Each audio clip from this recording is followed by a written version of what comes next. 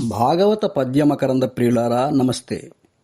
ఆ ప్రహ్లాద కుమారుని సత్ప్రవర్తన ఎలా ఉండేదంటే, పానీయంబులు త్రావుచున్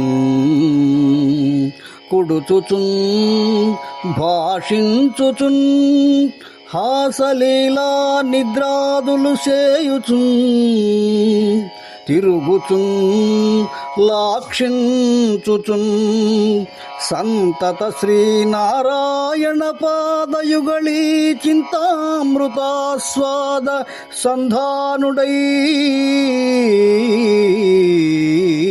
మరచన్ సురారిసుతుడే తద్విశ్వమున్ భువరా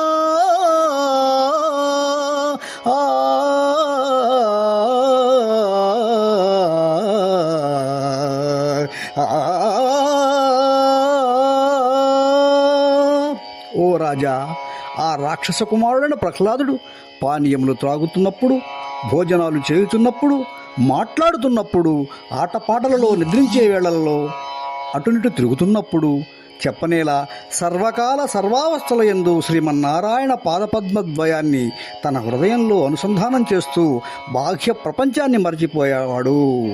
నిజమైన భక్తుడి లక్షణాలు ఈ పద్యంలో మనందరికి అందించాడు పోతన. ఇలా రాక్షస బుద్ధి లేక నిశ్చైతన్యంగానున్న ప్రహ్లాదును చూచిన హిరణ్యకశిపుడు, వీడు విద్యాభ్యాసం వలన కానీ తీక్ష్ణ బుద్ధిమంతుడు కాలేడు అని ఇలా అన్నాడు. చదువని వాడజ్ఞుండగు చదివిన సద్వివేక చతురత గలుగును చదువగవలయును జనులకు చదివించద ఆర్యులొద్ద చదువుము తండ్రి.